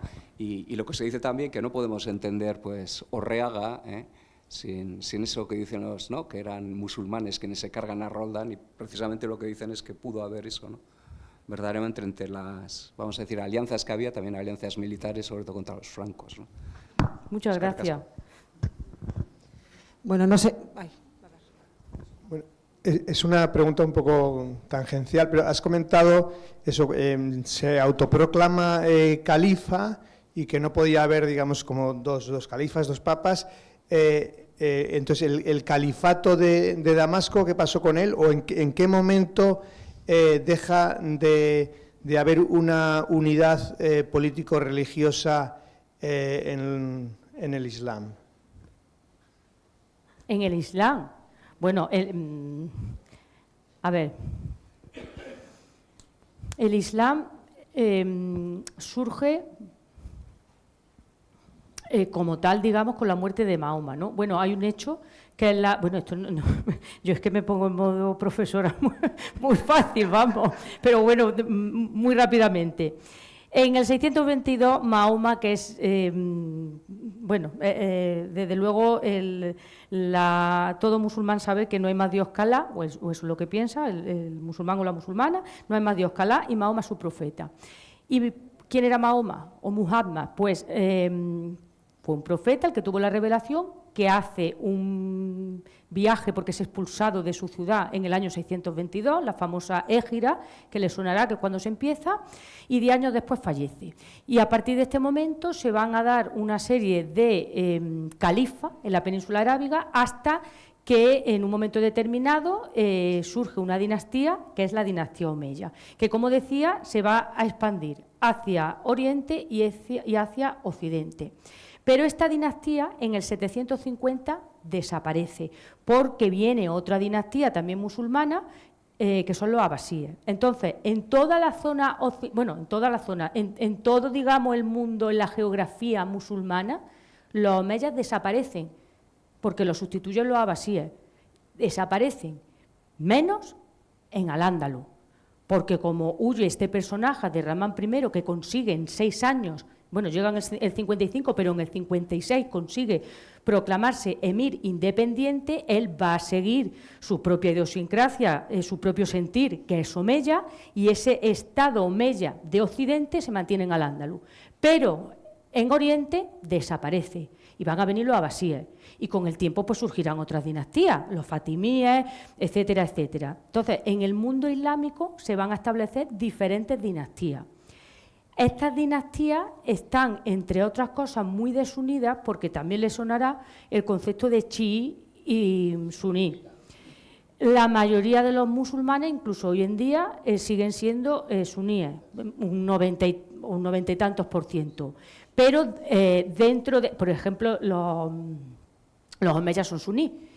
La diferencia, los chiíes siguen, creen que los descendientes toda la línea dinástica de los gobernantes debe de venir del yerno de Mahoma, de Alí, mientras que los suní piensan que debe ser una cosa más por consenso y más siguiendo la propia voluntad del profeta, de los dichos y hechos del profeta, de la sunna, de ahí viene suní, que son los dichos y los hechos de Muhammad.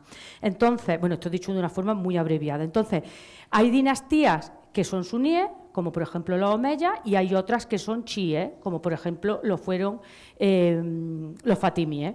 Entonces, la división en el Islam ya no es solamente geográfica, es que ideológicamente van surgiendo y se van superponiendo hasta hoy muchas dinastías con muchas formas de entender el mundo islámico, porque además, esto no lo he dicho, pero vaya por delante, el Islam no es solo una religión, es una forma de vida que rige muchísimos aspectos de la sociedad, no solamente una creencia, es que toda la vida, incluso la política, porque hay muchos países que siguen una política absolutamente islámica, envuelve todo, envuelve todo. No sé si he contestado a la pregunta, o no la he contestado. Ah, no la he contestado. Bueno, pues, perdón. El califa era jefe político y religioso a la vez. Sí. ¿No? Entonces, cae el califa de Damasco, luego se hace un califato en Córdoba, pero cuando cae el califa de Damasco hay otro califa. Claro, el califa Basí. ¿Y hay un califa Basí. ¿Cuándo desaparece esa unión de política y religiosa del califato? La figura del califa no desaparece nunca a lo largo de la historia, es una figura que se sigue repitiendo, los califatos siguen existiendo. Es como lo que pasa que el califato tiene como subdivisiones y como no puede haber en cada subdivisión un califa, hay representantes o gobernadores que vienen a ser los emires, porque hay un único califa. Pero esta forma política a lo largo de los siglos se sigue manteniendo. ¿Qué ocurre? Que en la órbita omeya no podía haber otro califa. Siguió siendo emir, no le importaba que hubiera en Arabia otro califa, que era el califa abasí, pero llega un momento en el que dice, bueno, esto es una realidad distinta, a mí me da igual que haya otro califa, encima están los fatimíes que no son ni suníes, yo tengo la autoridad suficiente para autoproclamarme califa y me da igual que aparentemente solo haya un líder de toda la unidad musulmana, y fue el que dio el paso para decir, vale, pues va a haber otro califa, y se autoproclamó califa. No sé si he contestado.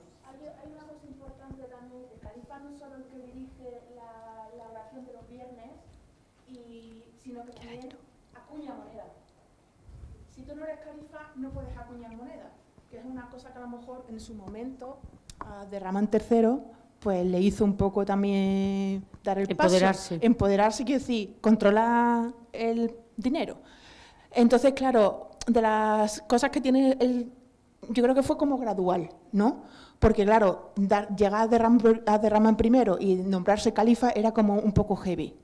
Pero sí que fue como increciendo. Ahora me hago independiente de Damasco y luego ya Abderramán III, que a lo mejor tenía ya un contexto de cierta debilidad en la zona ya más de Oriente, sí que vio la posibilidad, y porque le interesaría también económicamente, porque no solamente es que tú eres jefe del Estado y eres además el que dirige la plegaria de los viernes, etc., en la mezquita Al-Jama, como se ve, por eso tiene el mihrab que tiene la mezquita de Córdoba y todas estas historias, sino porque luego también controlas, o sea, las monedas van con tu nombre y tú tienes la potestad también de gestionar esos recursos que venían de los impuestos, de tal. Claro, o sea, que un punto ahí también, que había dos califas en un momento determinado, sí, fueron... no, porque... No tiene, de hecho, sabemos de muchos viajes, o sea, hay personas que viajan a lo largo de toda esta geografía musulmana sin problema, pero no rivalizan. No, los libros de viaje de Idrisito, todos estos pasan por ahí, van de uno a otro, van a Damasco, y además lo que ha dicho Belén, había esclavas que las llevaban a Damasco para que se formaran y volvían. No, hasta que luego no empieza ya todo el tema más de fatimíes, todo el tema de almorávides, es otra historia. Pero no, en ese momento... Efectivamente, tenemos ya que dar por finalizado. Es que ricasco por ser tan cómplices. Efectivamente, os invito a esos siguientes lunes a que sigamos visibilizando efectivamente a mujeres y oficios o actividades con las mujeres. Y a Belén, es que ricasco por tu didáctica y por tu exposición.